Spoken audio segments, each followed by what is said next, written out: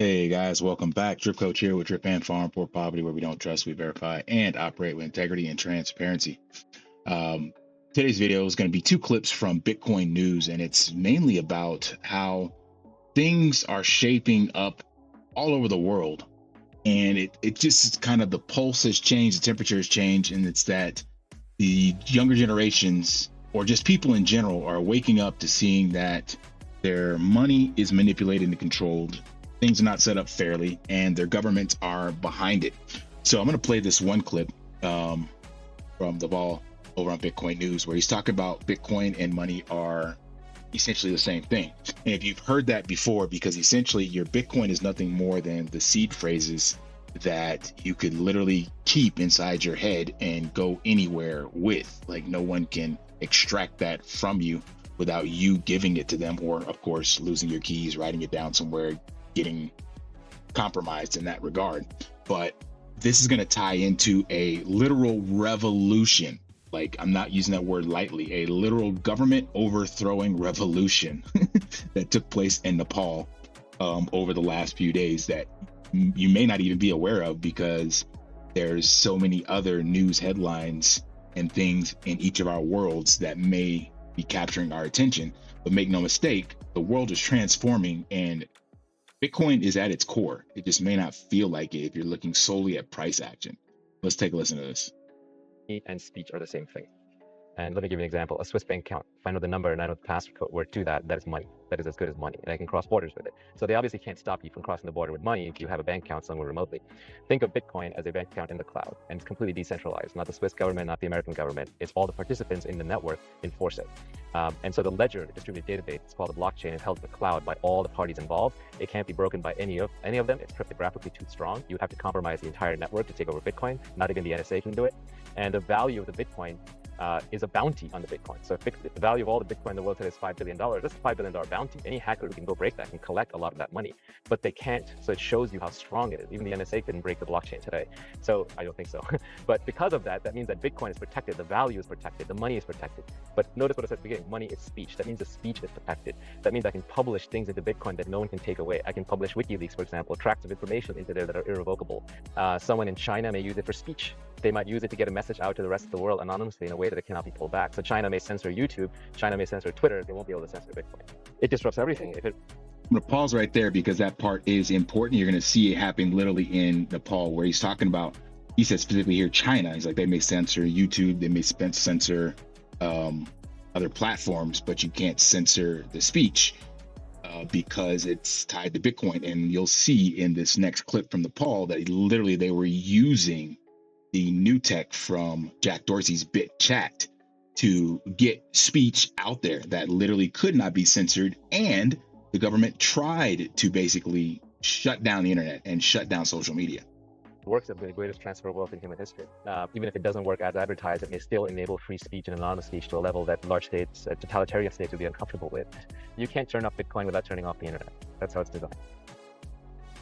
And again, that clip right there, you can't turn off Bitcoin without turning off the internet. And you're going to see in Nepal that they literally tried to shut down the internet and it still didn't work.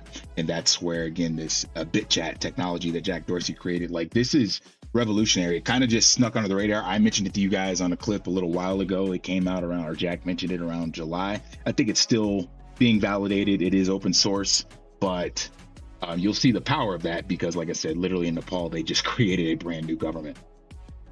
What the internet did, people forget, what the internet did was it connected every human to every human. And so because of that, it reduced the power of the elites. It reduced the power of mass media. It reduced the power of control media. No one can control the messaging. Bitcoin. All right, so let's move to this next clip with Nepal that took place literally over the weekend. If you're watching this on Monday, I think it's been kind of boiling up a little longer than that. Here we go. Let's take a listen at this. This is crazy. King and started a democracy.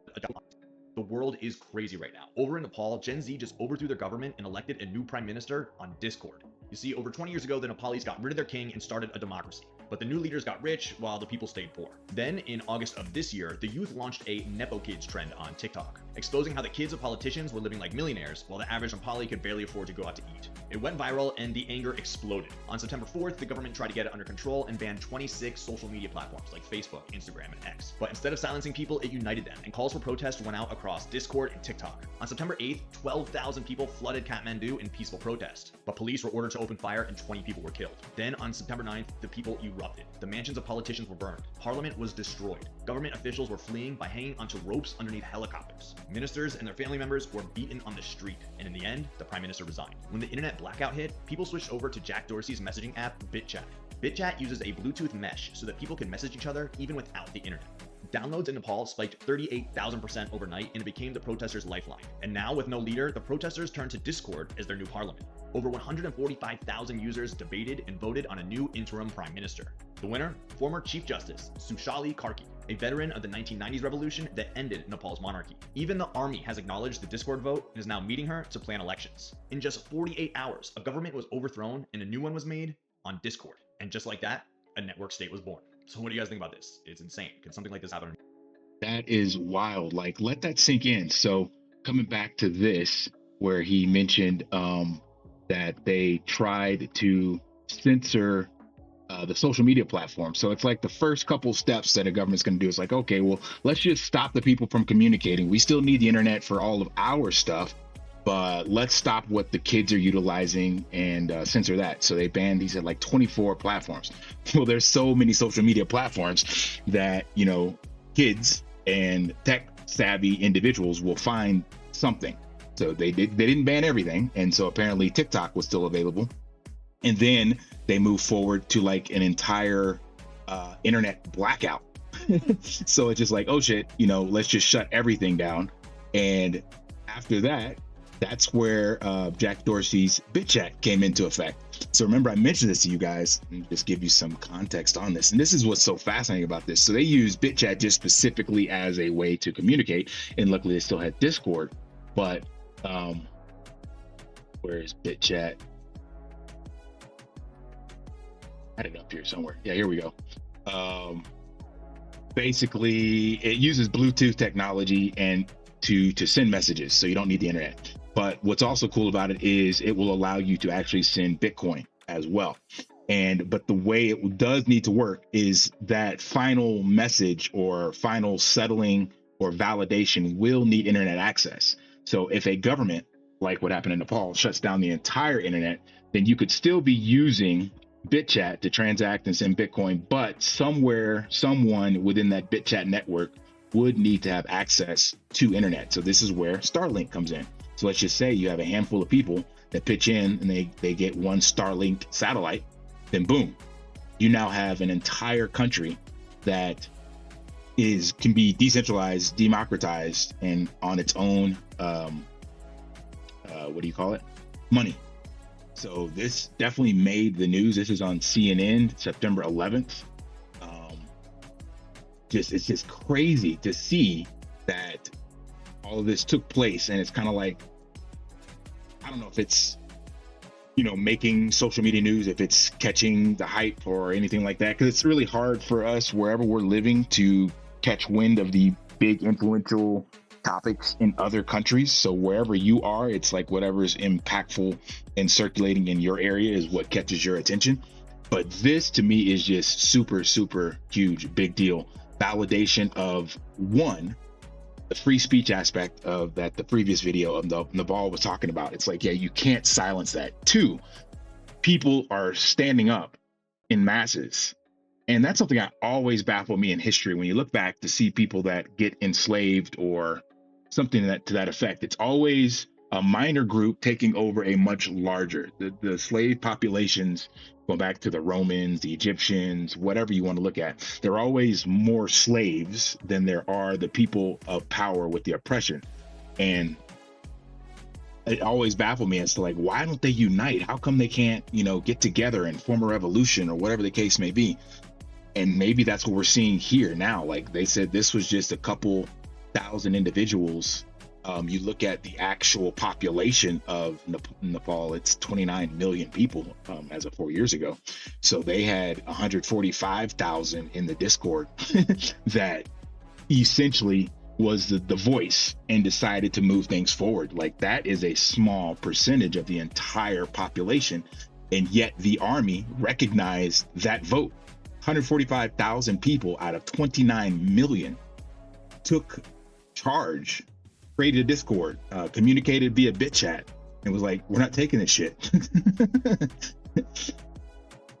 That's wild. Like, I don't even know where to start with all this, but just wanted to make a video about it to let you guys know. So the reason I bring it up, and kind of like he mentioned at the end of this video, is like, In just 48 is hours, that a government something that could take place in a place like the US? Like, I don't think we'd see that level at this stage in the US, but this clearly shows you the power of a united group of people.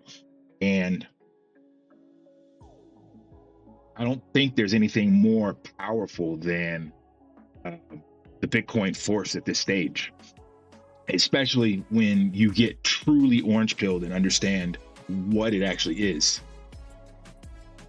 So if there was a push or an incentive for people to rally and do something like this, who knows what could happen. But the power of Bitcoin right now is that it's global and decentralized. But looking at what BitChat did is like, it creates another avenue for that free speech to continue to thrive without the internet. So even if a government went as far as to try to shut down the internet, now we have decentralized internet like Starlink, and then you have these communication platforms. So it's like, the genie is out of the bottle. That's the best way to describe this. So revolution is indeed brewing. It's underfoot. Where it goes from here, I have no idea. But shout out to Nepal for taking a stand, man. That's crazy to see. They say politicians were being like taken out by helicopter. That is nuts. And they burned Parliament down. Like, this reminds me of that movie V for Vendetta, it seems like. So they always say, I forgot, what is it, that theater is, I forgot the phrase, but something about reality or stage. I can't remember how it goes, but it's like the stuff that we see in the movies and cinema and theater is not far fetched from the ideas inside people's heads of a reality that could play out or has already been tested to some degree. So yeah, we'll see where this goes, man. But shout out to Nepal. Let me know what you guys think about BitChat, Bitcoin being freedom of speech, that it can't be censored. Is it truly unstoppable at this stage? Yeah, where does it go from here? All right, smash that HBO special, help brother out, like, subscribe, comment down below, and until next time, live daily and achieve your impossible.